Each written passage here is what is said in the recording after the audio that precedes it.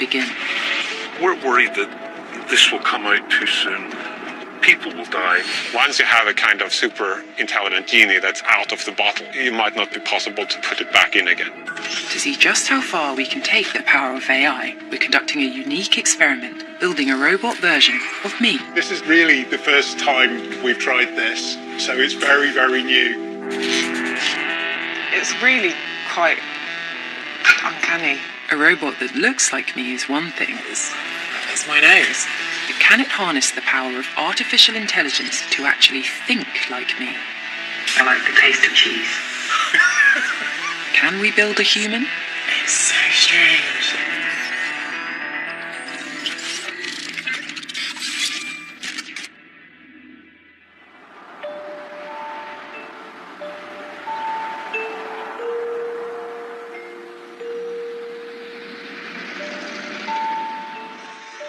Hi. Hello. Nice to meet you. Day one of the robot build, and we need a body to house its brain. Welcome to Millennium Effects. Thank you. Thanks for having us. Millennium Effects is one of Europe's leading suppliers of prosthetics, animatronics, and specialist makeup. My goodness. This is something that we do a lot at Millennium. You know, babies come up in TV shows a lot, but you can't film on babies for very long. So we produce these lifelike babies so that people can hold them. It's so weird. The closer something is to looking human, the weirder it feels. It's what we call the uncanny valley, where your mind kind of knows that no matter how perfect something is, no matter how good the movement is or how realistic it looks, your mind knows that there's something not quite right. I think I'm just going to put her down. Making a silicon duplicate will enable the robot builders to create a lifelike skin. A-E-I-O-U. My double will need to have hundreds of facial expressions, just like me, and they'll need to be in sync with what the artificial brain is thinking. Hi, lovely to meet you.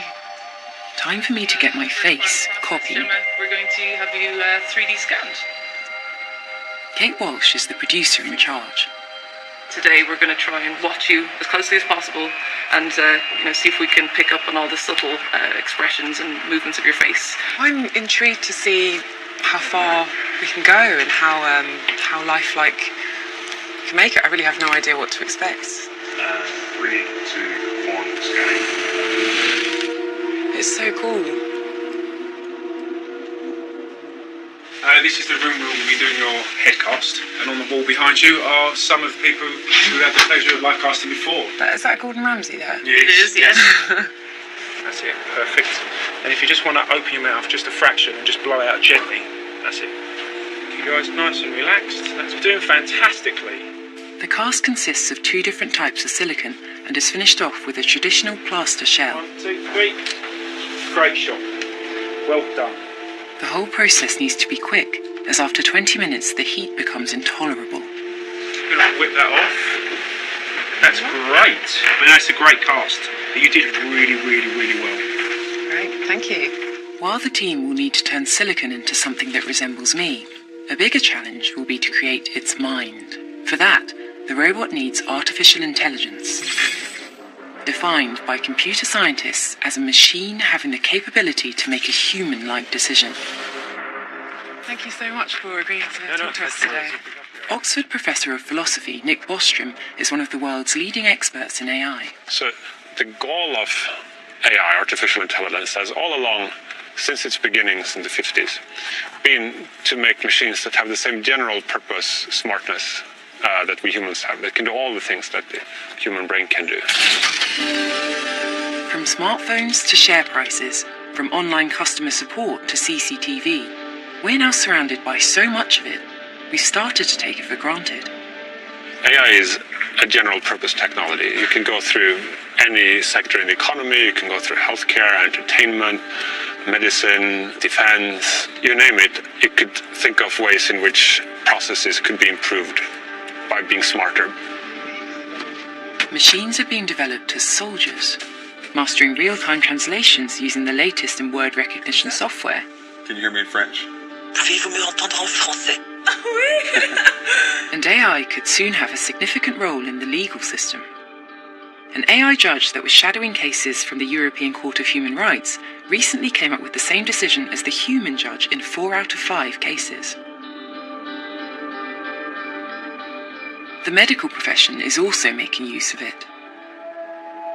These Canadian scientists have recently been to the UK to sell an AI diagnostic tool that they say can identify a tumour instantly and accurately, without the need for a biopsy and with immediate results. Just like a human, the machine got trained on multiple thousands of images to get an accuracy level. Not only is it less invasive and quicker, but it could save the NHS millions of pounds if introduced. Some of us are already entrusting our lives to AI.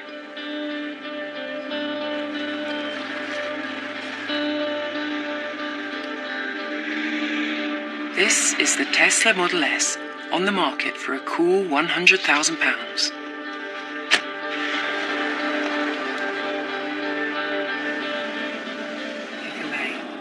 Noel Sharkey is an academic specialising in AI and is interested in how autonomous decision-making will affect us all. You're going to take your hands off. I've arranged to meet him on a test track to try out one of the car's most impressive features: the ability to drive itself using artificial intelligence. Right, the hands are coming off. Come on then. The hands are off. Whoa. We're approaching a bend. Oh.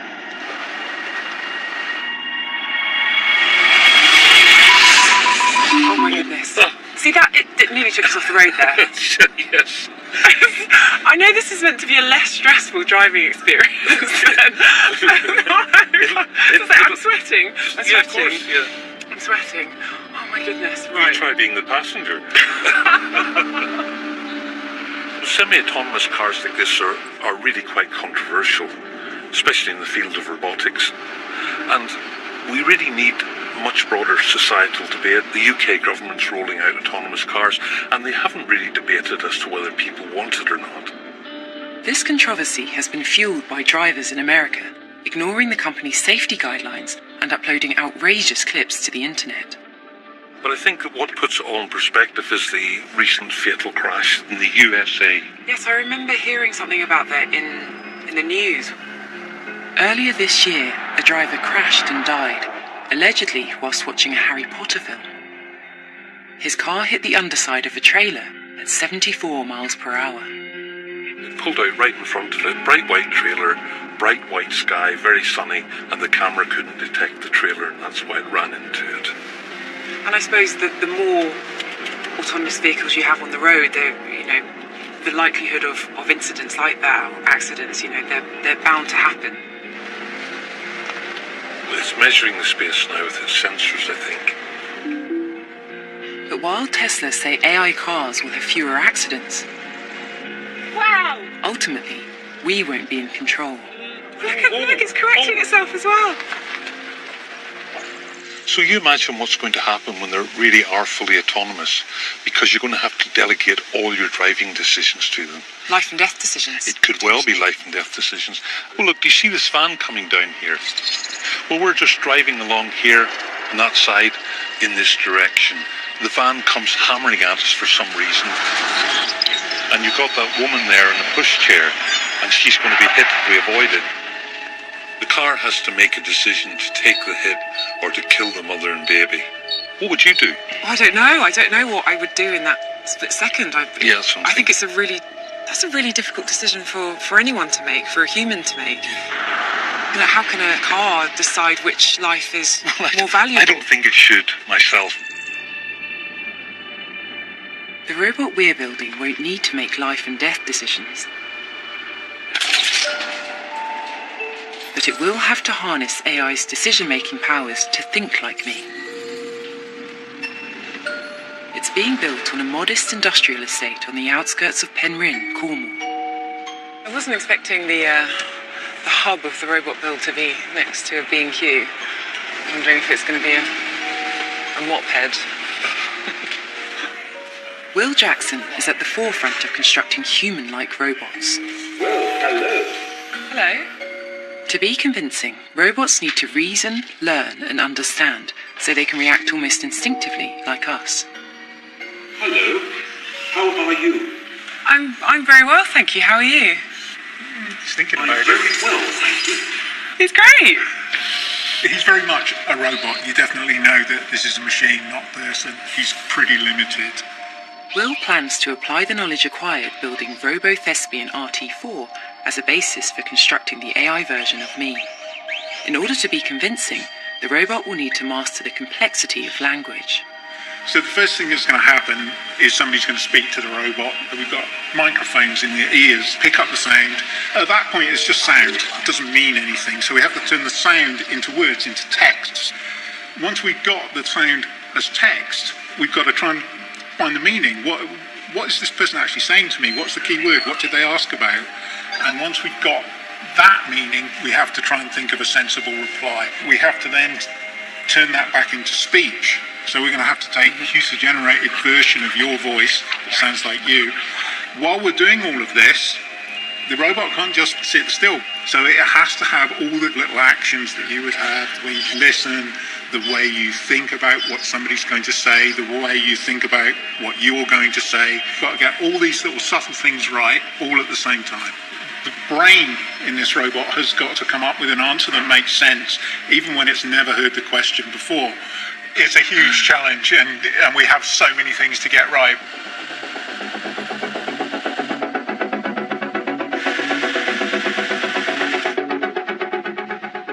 Will's going to use his existing robot hardware to test out the speech recognition software that he plans to use on the robot me.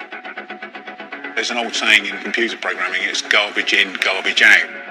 If the robot cannot recognise what you're saying, if it just gets one or two words in a sentence wrong when you speak, what you get back is complete gibberish. Using speech recognition software, can it recognise words it hears, turn them into text, and then accurately repeat them? Echo on. Okay, echo on. Peter Piper picked a piece of pickled pepper, put it on a panda car, drove it around the moon, and ate a sausage on the way home. Peter Piper picked a piece of pickled pepper, put it on a pan, click our dragon's random name generator sausage on the way home. Random name generator sausage? Part of the challenge is to get our robot to respond as quickly as a human would. That's within 1/10 of a second. Hello. Hello. Too slow. Hello. Hello. It's too slow. To respond as fast as a human, the robot needs to work out what's being said and what it means before the end of a sentence and reply with a lightning-fast response, which involves instinct, like us. We've got to be so quick with understanding what's been said that we can be replying before even really the last words come out. So it's got to be super fast. Building a machine that can understand a human and answer back convincingly is one of the toughest challenges in AI. If I speak quicker, does it work better? If I speak quicker, does it work better? It's almost fast enough. It's almost there, but it's not quite. If we can't get the recognition that quick, blown it. I'm a robot.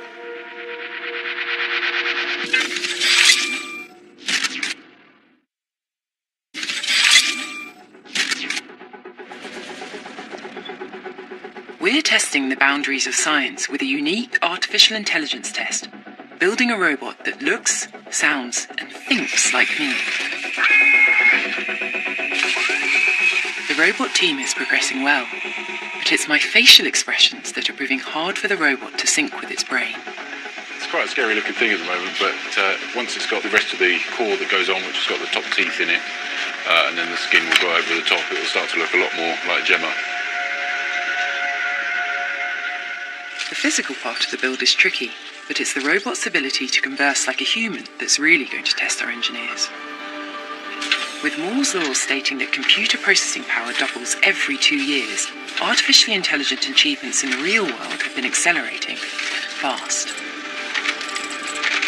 In the 1950s, computers beat us at noughts and crosses. Then in the 1990s, they beat us at chess. Those computers were programmed to work out all the possible outcomes of each move, and then weighed up how each move would contribute to a winning strategy. But we're now entering an age when computers aren't just programmed, but can learn for themselves. Computers like IBM's Watson. This is Jeopardy! The IBM Challenge. In 2011, Watson was put up to one of the toughest challenges ever, a general knowledge quiz that requires logic and quick thinking. This is Jeopardy! It's a bit of an American institution. It's a general knowledge quiz program, and they ask questions in a really strange way. They give you the answer, and you have to work out what the question is. Duncan Anderson is IBM's European Chief Technology Officer for Watson. So we've got the two best players here. We've got the person who won the most amount of money on the show and the person who has the longest winning streak. Two of the most brilliant brains had won $5 million between them. This game was worth another $1 million. Watson itself is not connected to the internet, so it's not out there searching. It's there standalone playing against these champion players. It was a big risk. The category is 19th century novelists, and here is the clue. William Wilkinson's An Account of the Principalities of Wallachia and Moldavia inspired this author's most famous novel. Who is Bram Stoker? Hello. And this is the point where Watson's won. We've beat the best human players at Jeopardy. So how exactly do you program a machine to do something that it's never done before? Well, the first thing is you don't program it. Trying to guess every single question that might come up and then program the computer with the right answer for that question, we would be here forever. So we use this thing called machine learning, which is an approach to solving problems whereby the machine can learn from experiences. So we took Watson and we taught it, we fed it lots of information. For example, back issues of Time magazine, Wikipedia, encyclopedias. So Watson was learning in a way. And then we go through a teaching process, just like you would teach a child. We're teaching Watson and we're testing it and we're giving it feedback when it gets it right and feedback when it gets it wrong. And then it adjusts its approach to making decisions. You could think of it a bit like trying to find a pathway through a field. So you have a very faint, distinct path that maybe only one person has trodden through. And what you're trying to do is to feed information so that that pathway becomes more defined. As more people go down that path, the path gets more trodden through and becomes more obvious. So the more data that you feed into Watson, it's almost like the more or the wider the path becomes, or the more distinct the path becomes. Precisely. So Watson becomes more confident that that pathway is the right pathway to take. We now need my robot to undergo a basic version of this process. It needs its own pathway and be fed hundreds of bespoke new rules on how to respond to a question and then learn how to use them. Ready to go now? We're going to try the latest chat script from Bruce. Okay. Key moment. Will has commissioned one of the world's leading computer programmers to build a chatbot, a piece of software which simulates human conversation and responds with the answer it thinks I would give. Do you like repetition? Yes. Do you like repetition? You said that already. Aha! Now that's the kind of reply I'm looking for. That's what I want to get to. That was good. You're improving. Right. How about we talk about work? You've played a lot of supernatural characters. Are you a fan of the genre, or is it just a coincidence? I do love science fiction and things that explore the boundaries of the possible. But actually, having a bunch of roles in that genre is just a coincidence. The team have certainly done their homework. Just as Watson was fed information from previous Jeopardy games, our chatbot has been fed interviews and background information on me. Once we can get the expressions and all those other little subtle cues, movement things in there, I think it'll start to come together. Fantastic. Yeah, it will be fantastic. Are you sure? I'm positive. What's your next question? The next question is how to make it sound like me. Hello. Hello. I'm Gemma. My name is Budil. Nice to meet you. The human voice has a huge variation of inflection, pitch, and intonation. Our robot will need to replicate the essence of my voice, with all the specific quirks that make it unique to me. So just keep in mind that when you get commas, you make a small pause. Bodil Matteson is a computational linguist and works for a company that specialises in synthesised voices. It's not the words that you're recording here, you're more interested in the different sounds that I'm making. Yeah, I'm not interested in words at all. I'm interested in the combinations of phonemes that we are getting. Oh, the phonemes? Yeah. Oh, I see. So the combinations of sounds. How many sentences do I need to record? Well, in the end, it's about 1,400 sentences. 1,400? Yeah. Today? This is going to be quite a long afternoon. I certainly have appreciated that outlet for my creativity. Imagine George Bush singing in the shower. You will have to do the previous one again. We're teaching our robot how to speak like me. You are an athlete if you play golf.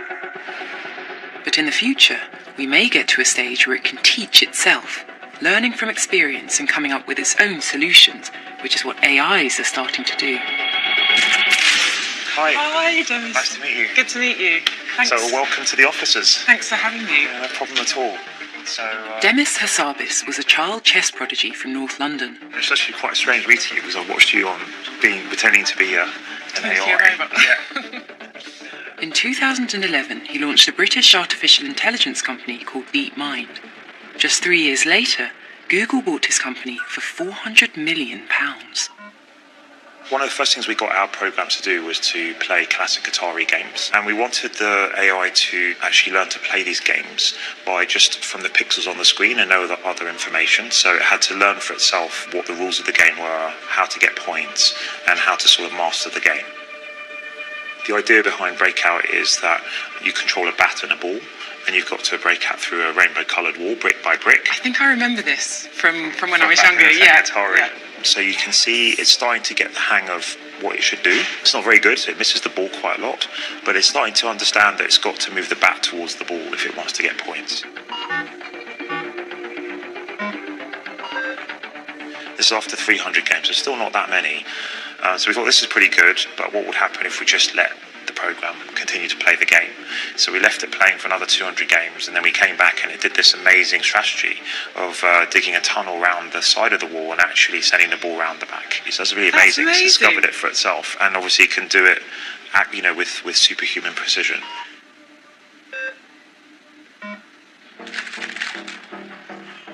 Then last year, Demis and his team built a computer program to play the most complex game ever devised, an ancient Chinese game called Go.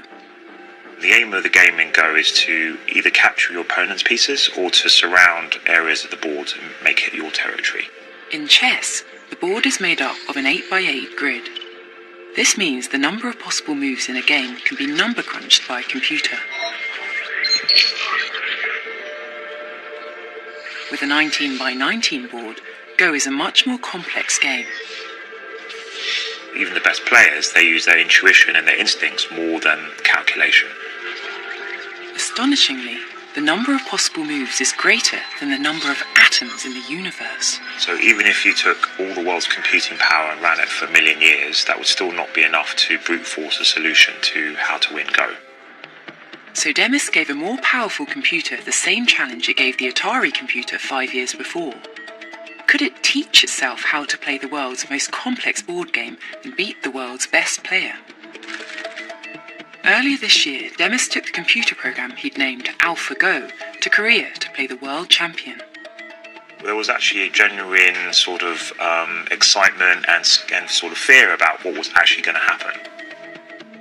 The man on the right is making the moves on behalf of AlphaGo. That's a very surprising move. I thought it was a mistake. AlphaGo played a move that was just completely unthinkable for a human to play. So there's two important lines in Go. If you play on the third line, you're trying to take territory on the side of the board. If you play on the fourth line, you're trying to take influence into the centre of the board. And what AlphaGo did is it played on the fifth line. And you never do that in the position that it played in. And we were actually quite worried because obviously at that point we didn't know if this was a crazy move or a brilliant original move. And then 50 moves later, that move ended up joining up with another part of the board, so it and works. sort of magically just resulting in helping it win the game. Demis's AI made headlines around the world when it won the match. We're not there yet, but in the next few years, we would like to get to the point where you could give it any data, scientific, medical, or commercial, and it would find these structures or these patterns that perhaps human experts have missed, and highlight those so that improvements can be made. Yeah. I think what's really interesting about it is the fact that this program can teach itself.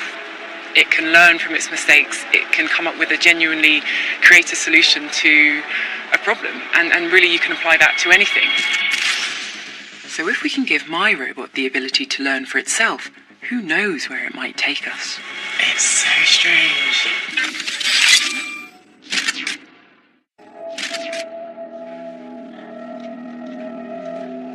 We're testing the boundaries of science with a unique artificial intelligence test, building a robot that looks, sounds, and thinks like me. The team is working on getting the robot's facial expressions to work in tandem with the AI. If you look at other robots of this type, this kind of flexible silicon face robot, this is bloody good. Look at me. Look at me. Oh, spooky.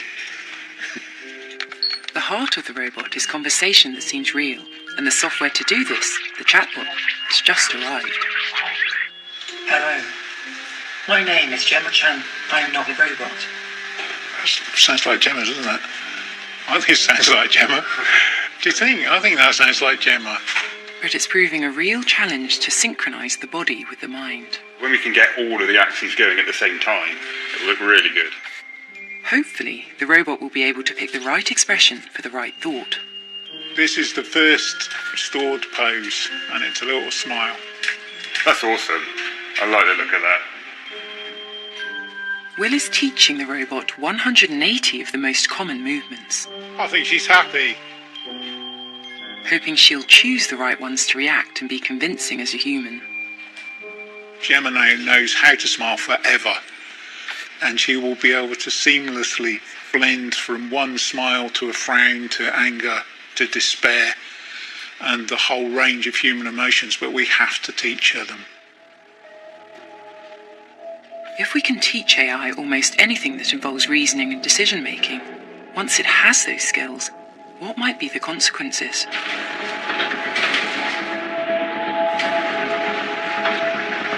Hi. This is the London Gateway Dockyard. Every day, over 20,000 containers are moved by a highly complex AI, which controls the logistics and timings of what happens when and where. I can only see about 5 people. Just 10 years ago, a port of this size would have employed thousands of workers to shift these containers. Today, many of the 500 employees spend their time supervising the AI machines.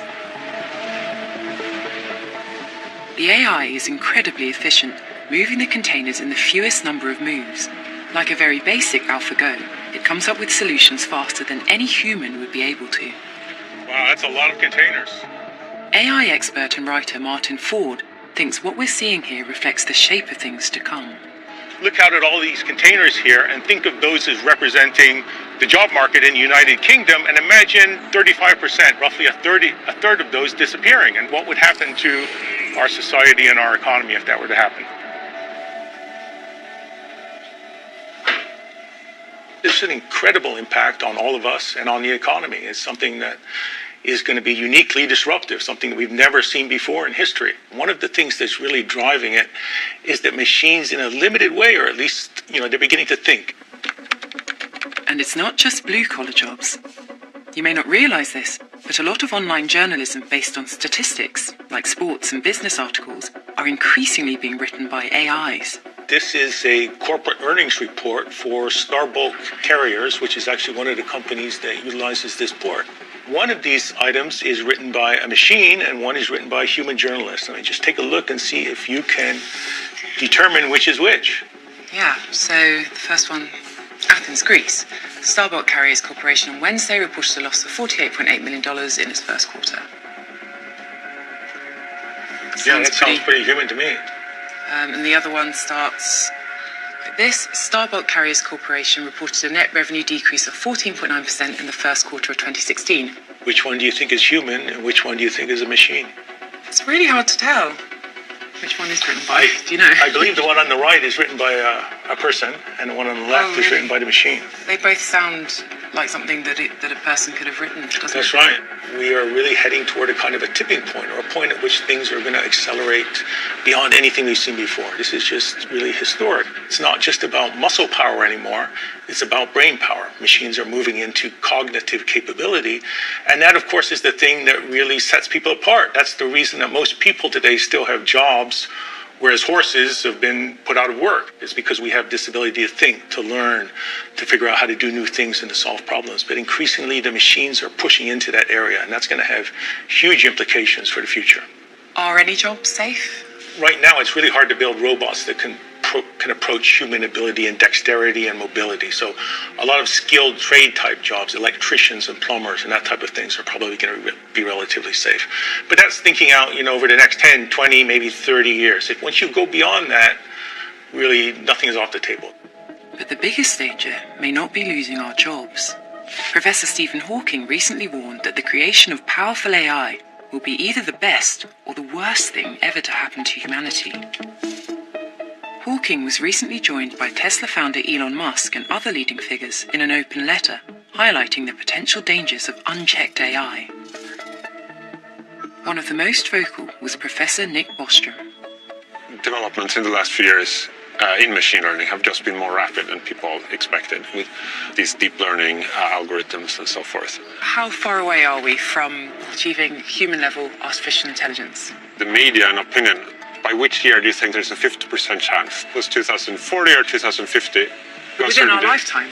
Yeah, within the lifetime of a lot of people alive today. The concern there is you're building this very, very powerful intelligence. And you want to be really sure then that this goal that it has is the same as your goal, that it incorporates human values in it. Because if it's not the goal that you're happy with, then you might see the world transform into something that maximizes the AI's goal, but leaves no room for you and your values. This idea of autonomous and dangerous AIs is a recurring theme in the world of science fiction. Are you ever going to let me out? Yes. Nick thinks that super-intelligent machines could one day inhabit the real world and use their power to negative effect if we don't put the right safeguards in place. Stop. AIs could take their instructions to logical but unanticipated extremes. I said stop. The concern is not that these AIs would resent us or resent being exploited by us, or that they would hate us or something, but that they would be indifferent to us. So if you think maybe you have some big department store and it wants to build a new parking place, maybe there was an ant colony there before, right? So it got paved over. It's not because we hate the ants, it's just because it didn't factor into our goal. We didn't care. Similarly, if you had a machine that wants to optimize the universe to maximize the realization of some goal, in realizing this goal, we wouldn't be kind of stomped out in the same way that, collateral damage. The way in which AIs can be diverted from what their architects intended played out earlier this year when Microsoft introduced Tay to Twitter. The AI persona was designed to act like an American teenager to attract a younger audience. The chatbot worked by absorbing and mimicking the language of other Twitter users, but Tay was hijacked by internet trolls who gave it a very different set of values. The original intention was corrupted, and Tay was unable to work out which views were acceptable and which weren't. Within a day, Tay became a Hitler-loving, racist sex pest. This shows what can happen to AI if it falls into the wrong hands, but could a future Tay do far worse? Once you have a kind of super intelligent genie that's out of the bottle, it might not be possible to put it back in again. You don't want to have a super intelligent adversary that is working at cross purposes with you. That might then resist your attempts to shut it down. It's much better to get it right on the first attempt, not to build a super intelligent evil genie in the first place, right? You want to have, if you're going to have a super intelligent genie, you want it to be on your side. Yeah, exactly. In Cornwall, our genie is about to be let out of its bottle, and I want to know whose side it's on. Robots upstairs here. bear in mind this is not your final skin. So let's have a look inside. Let's just let her peep out. Oh my goodness. That's so weird.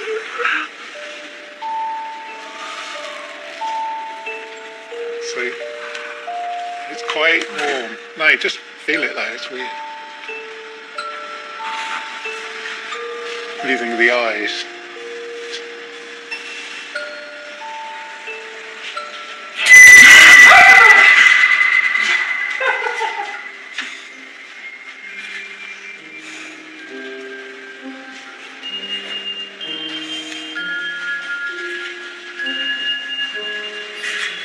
It's so strange. Because she's not quite right, but she, you know, I can recognise, like the nose is, well, I mean, it's my nose. Try asking her something. Okay. What have you been up to today? We've been busy filming season 2 of Humans since April, and it's been very exciting. Not bad. So we can have a kind of guess of the sort of things people might say. So I can't resist cheese on toast. What did you have for breakfast? I had a toasted cheese sandwich. Is that because you can't resist cheese on toast? I like the taste of cheese. Is that true? Do you really like cheese on toast? I love cheese. Oh. Yeah. So, you know, there's a little personality trait we might have got Maybe right. not as much as she likes cheese. Right. It's the facial expressions, so not quite in sync with what she's saying. Basically, Yes. there's a slight software bug. Amazing. But don't worry too much. She's got very well. She's got Very strange. a few facial tics going on. Yeah, she has. But, you know, this is really the first time we've tried this. So it's very, very new. And what you'll find is things will progress very, very quickly. Facial tics aside, the build is going well. Every day the robot is making progress in terms of how it looks, sounds, and thinks. So we've come up with an idea to put it to the test. Hey, Gemma. Hi. Robot Gemma, do not fail.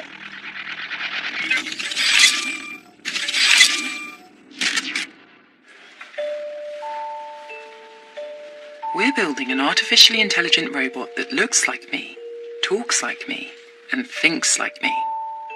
And today I'm going to meet her in her finished form. Last time I saw her, she needed quite a bit of work. So I'm hoping that today we'll have more of a finished product. Yeah, I don't know, I'm quite nervous. No. Really strange. It's spooky, isn't it? Wow. It's really quite uncanny.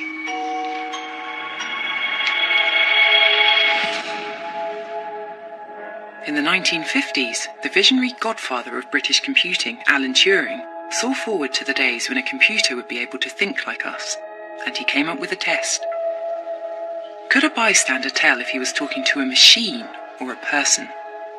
It's known as a Turing test, and we've adapted it to try out on our own robot. This is an enormous challenge.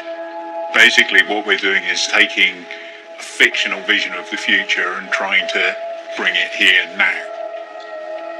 She's ready for her close-up. I've invited some journalists to come and interview her to see if they can tell it's not actually me. And we've rigged the place with hidden cameras.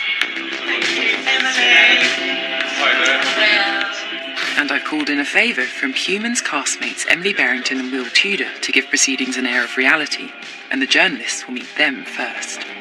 I'll come back and tell you when we've got 2 minutes. Okay. All right. Before being taken into a second room, where, to give us a fighting chance, they'll interview Robot Gemma over Skype. Hey, Gemma. Hi. I'm so sorry I can't be there in person. I'll be in a room down the hall, watching with the robot's creators, Will and Kate. Come in.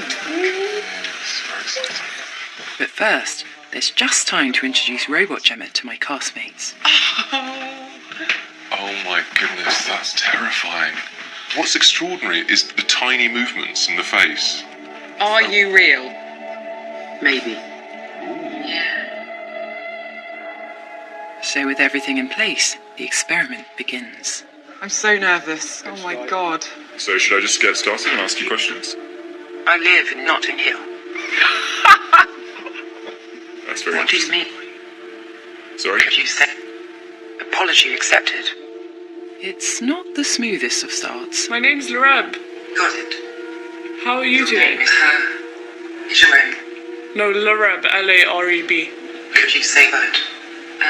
One more time. Larab? Great. Yeah. What's your name? Thank you for coming on and Skyping. That's really nice of you. No, thank you for taking the time to talk to me. How was season 1 for you? I wish I could explain it to you, but I think it is just an instinct. Oh! I think he knows. So far, Robot Gemma's responses haven't gone as well as I'd hoped. But gradually, she starts to find her train of thought. So, tell me about Series 2. It's a keyword for Gemma Robot, Series 2. If this journalist just keeps saying Series 2, everything will go fine. It seems that the scope has got bigger for Series 2.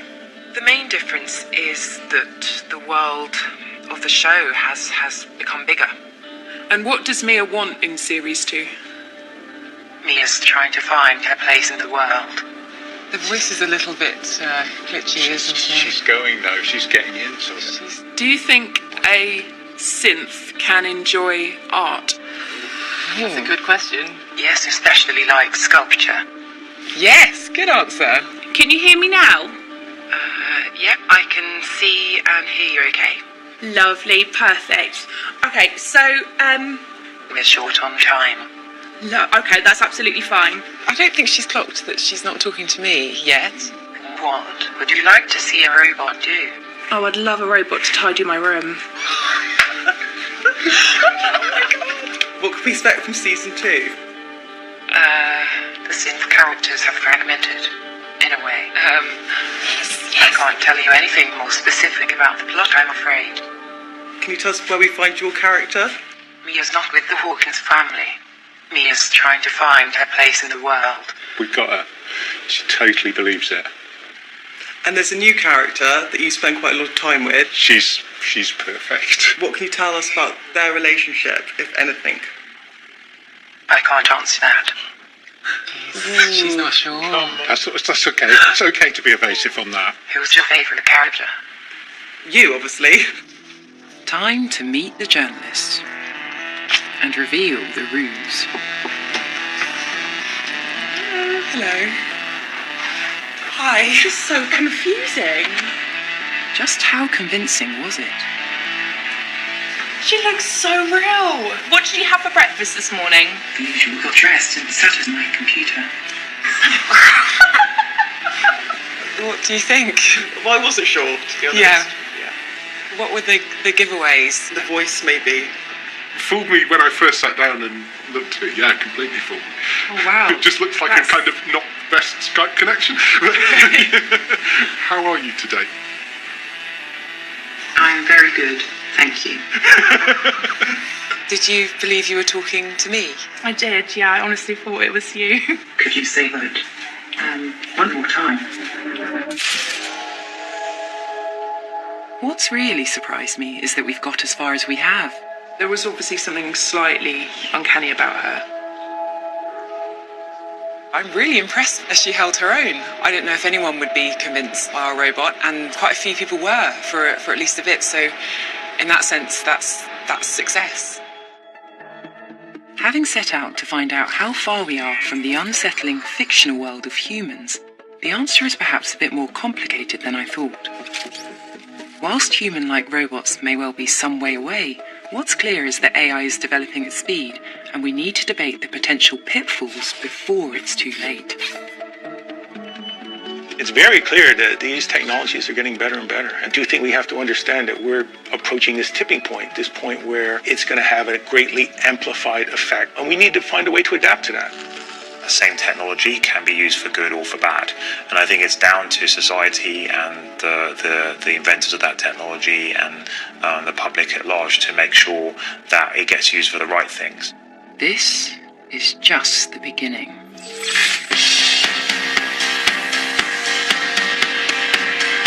Well, from the cast to the crew to the call times, find out what it's like to be a synth for a day. Go behind the scenes on All 4 whenever you like. It's all ahead of the second series. Tomorrow the synths are waking up in All New Humans. That's at 9. Next here, let's count down some cats. Or something.